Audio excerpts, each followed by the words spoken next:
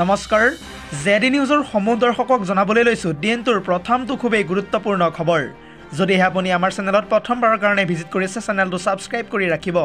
PM সন্মান নিধিৰ আঁচনিৰ ধন যিসকলে লাভ কৰি আছিল সেই সকলৰ বাবে এটা ভাল খবৰ লৈ আহিছো এই মুহূৰ্তত অতি শীঘ্ৰেই আপোনালোকৰ একাউণ্টত পোনপটীয়াকৈ সোমাব প্ৰধানমন্ত্ৰীৰ পিএম কিষাণ সন্মান নিধিৰ আঁচনিৰ ধন আৰু তাৰ সমান্তৰালকৈ যদি ভুৱা কৃষকে এই বিশেষ সন্মান নিধিৰ তালিকাত নাম অন্তৰ্ভুক্ত কৰিছিল আৰু তেওঁলোকৰ বাবে কিন্তু বিপদ নিশ্চিত হৈ পৰিব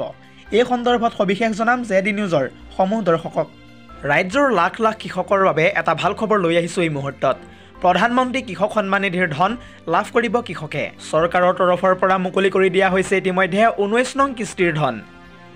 আহি থকা 28 ফেব্ৰুৱাৰীৰ দিনা কৃষকৰ একাউণ্টত সোমাব 19 নং কিস্তিৰ ধন ডিবিটি যোগে প্ৰতিগৰাকী কৃষকে লাভ কৰিব 2000 টকা ভুৱা কৃষকৰ বিৰুদ্ধে ইতিমধ্যে ৰাজ্যজুৰি আৰম্ভ হৈছে তীব্ৰ অভিযান ভুৱা কৃষকে চৰকাৰক ঘূৰাই দিব লাগিব বৰ্তমান সময় পৰ্যন্ত লাভ কৰি অহা কৃষক সন্মান নিধিৰ ধন কৃষক সন্মান নিধিৰ তালিকাত আপোনাৰ নাম আছেনে নাই কেনেকৈ চাব সবিশেষ জানো আহক পিএম কিষাণৰ ৱেবছাইটত গৈ ভিজিট কৰক ফাৰ্মাৰ্ছ কৰ্নাৰত আৰু তাৰ পিছতেই নাও ইয়ৰ ষ্টেটাছত ক্লিক কৰি সন্নিৱিষ্ট কৰক আধাৰ কাৰ্ডৰ নম্বৰ কেপচাৰ পিছতে আপোনাৰ মোবাইলত অহা OTP সন্নিৱিষ্ট কৰি চাব পাৰিব সবিশেষ যদিহে আপুনি অসুবিধা পায় তেন্তে 155261 নাইবা 0112430006 এই দুয়োটা নম্বৰতে ফোন কৰি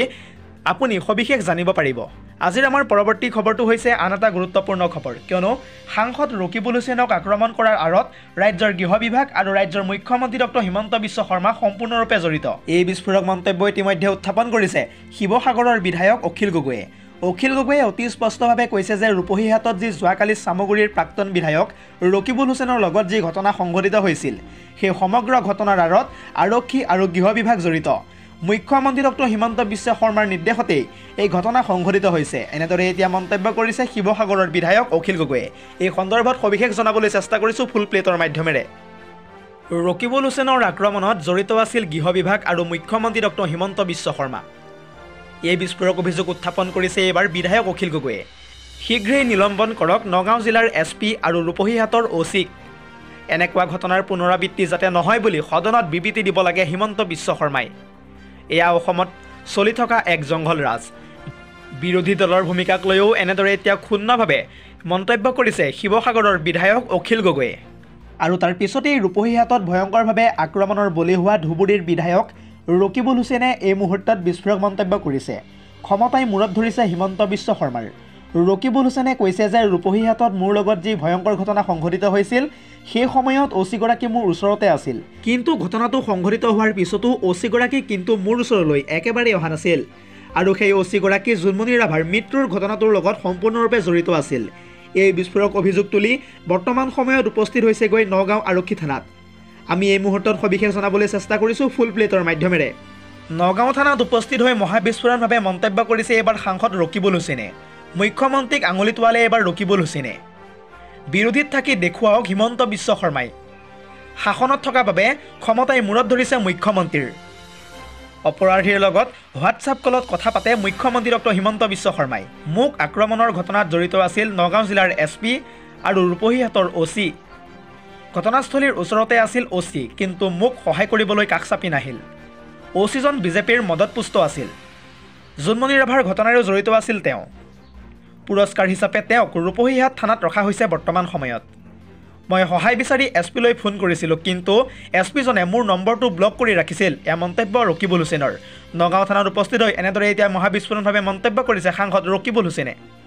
আজিৰ আমাৰ পৰৱৰ্তী খবৰটো হৈছে আন এটা গুৰুত্বপূৰ্ণ খবৰ কিয়নো আজিৰ দিনটোৰ ৰাতিপুৱা সময়ত মেট্ৰিক পৰীক্ষা দিবলৈ যাওঁতেই দুৰ্ঘটনাত পতিত হৈছে পৰীক্ষাৰ্থী প্ৰায় 8গৰাকী পৰীক্ষাৰ্থীৰ সৈতে সংঘটিত হৈছে এক শোকাবহ ঘটনা পুনৰ জনাইছোঁ মেট্ৰিক পৰীক্ষা দিবলৈ যাওঁতেই এইবাৰ পথ দুৰ্ঘটনা সংঘটিত হৈছে আজিৰ দিনটোত 10গৰাকী পৰীক্ষাৰ্থী পতিত হৈছে সেই ভয়ংকৰ পথ দুৰ্ঘটনাত গুৰুতৰভাৱে আহত হৈছে প্ৰায় 8গৰাকী পৰীক্ষাৰ্থী দুজন পৰীক্ষাৰ্থীৰ অৱস্থা একেবাৰেই সংকটজনক অৱস্থাত দুজনক ইতিমধ্যে প্ৰেৰণ কৰিছে ডিব্ৰুগড় আছাম মেডিকেল কলেজ হাস্পতাললৈ আৰু সেই পৰীক্ষাৰ্থীসকল চিমেনমুখৰ ট্ৰাইবেল উচ্চতৰ মাধ্যমিক বিদ্যালয় কেন্দ্ৰলৈ গৈ আছিল চিলাপথাৰৰ দেবেন্দ্ৰ নগৰ মাছবাৰীৰ পৰা কৰিছিল যাত্ৰা আজি আছিল সাধাৰণ গণিতৰ বিষয় আৰু এই পৰীক্ষা দিবলৈ যাওঁতে 8গৰাকী পৰীক্ষাৰ্থীৰ সৈতে সংঘটিত হৈছে এক পথ দুৰ্ঘটনা পৰৱৰ্তী খবৰ টুল টেক্সক লৈ আহি পৰিছে এই মুহূৰ্তত এটা ডাঙৰ খবৰ। এতিয়াৰে পৰা 10 ছেকেণ্ডতকৈ অধিক সময় অপেক্ষা কৰিলে দিব নালাগে টুল টেক্স। নিয়ম উলংঘা হ'লেই এতিয়াৰে পৰা ভৰিব নালাগে টুল টেক্স। এই সন্দৰ্ভত বৃহৎ ঘোষণা কৰিছে নেশ্যনেল হাইৱে অথৰিটি অফ ইণ্ডিয়াই। পুনৰ জনাইছোঁ,